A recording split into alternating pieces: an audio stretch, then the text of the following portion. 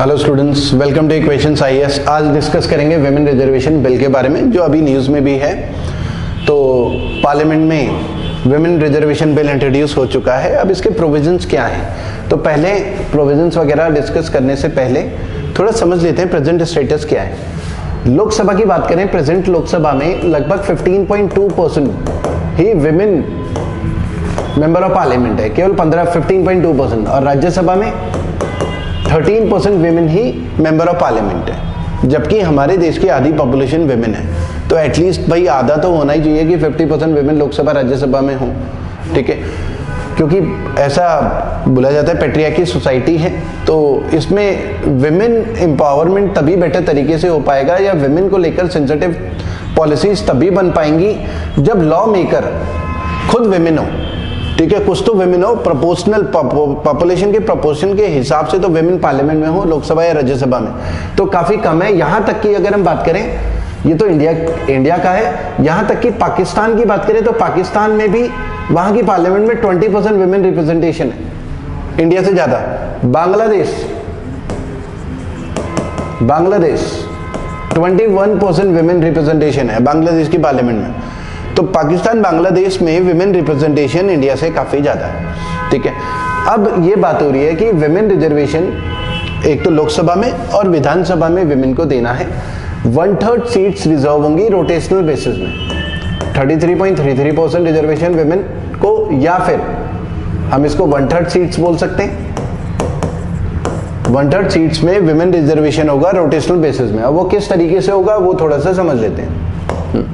वो होगा, हमारे पास टोटल लोकसभा में 543 सीट्स होती है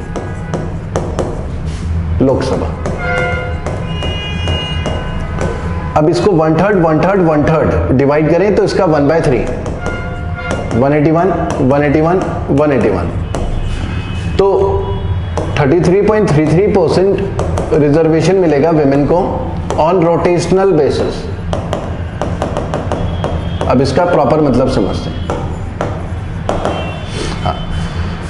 अब ये विमेन रिजर्वेशन कब से लागू होगा? 2024 के लोकसभा से तो लागू होगा नहीं, क्योंकि विमेन रिजर्वेशन के लिए उससे पहले सेंसस 2021 होना चाहिए, जो कि हुआ नहीं था कोविड की वजह से। तो अब सेंसस होगा 2024 के बाद।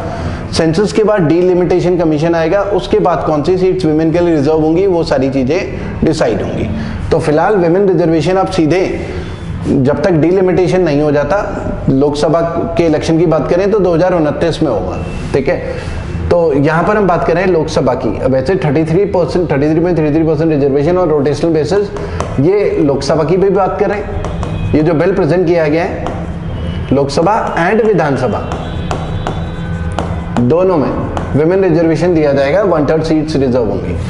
अब लोकसभा की बात करें तो 181 है, ठीक है। हाँ, अब सबसे पहले 543 में से 181 सीट्स रिजर्व होंगी, जैसे 2029 का लोकसभा का इलेक्शन है।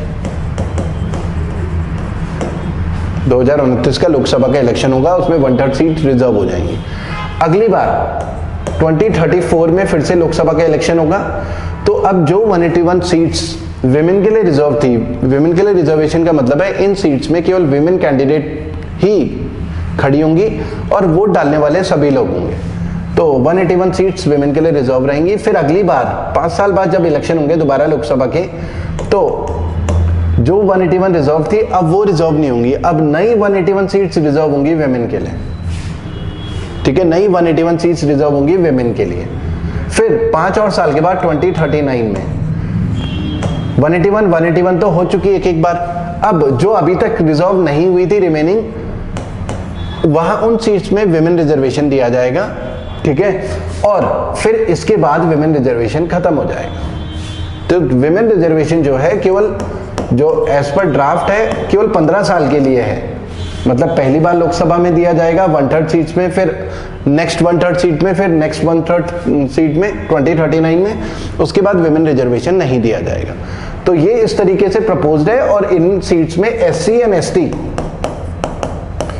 विमेन के लिए रिजर्व होंगी, वो वाला रिजर्वेशन भी दिया जाएगा। लेकिन OBC रिजर्वेशन नहीं है इसमें विमेन के लिए, ठीक है, जिसमें अपोजिशन वाले मुद्दा बना रहे हैं कि ओबीसी रिजर्वेशन, तो प्रेजेंट में वैसे भी लोकसभा राज्यसभा की जो भी इलेक्शन होते हैं उसमें एससी एसटी सीट्स रिजर्व्ड होती हैं, लेकिन ओबीसी सीट्स वैसे भी रिजर्व नहीं होती। तो विमेन रिजर्वेशन के लिए भी सेम वैसा ही प्रोविजन करा है जैसे प्रेजेंट का स्टेटस है, ठीक है। तो केवल 15 साल के लिए है, लेकिन एक बात ध्यान रखनी है, एक बार जब किसी को रिजर्वेशन दे दिया जाए तो उसे दोबारा फिर खत्म कर देना इतना आसान होता नहीं है। तो ये आगे भी चलने वाला है। जो भी सरकार विमेन रिजर्वेशन अगर 2039 में जो भी सरकार होगी, वो अगर विमेन रिजर्वेशन आगे के लिए खत्म करेंगी तो उनका वोट बैंक निकल सकता है हाथ में, उन्हें एंटी विमेन का टैग लगाया जा सकता है, अपोजिशन वाले लगाएंगे। तो ये विमेन रिजर्वेशन कहने के लिए तो 15 साल है, लेकिन आगे भी जरूर कंटिन्यू करेगा, ठीक है।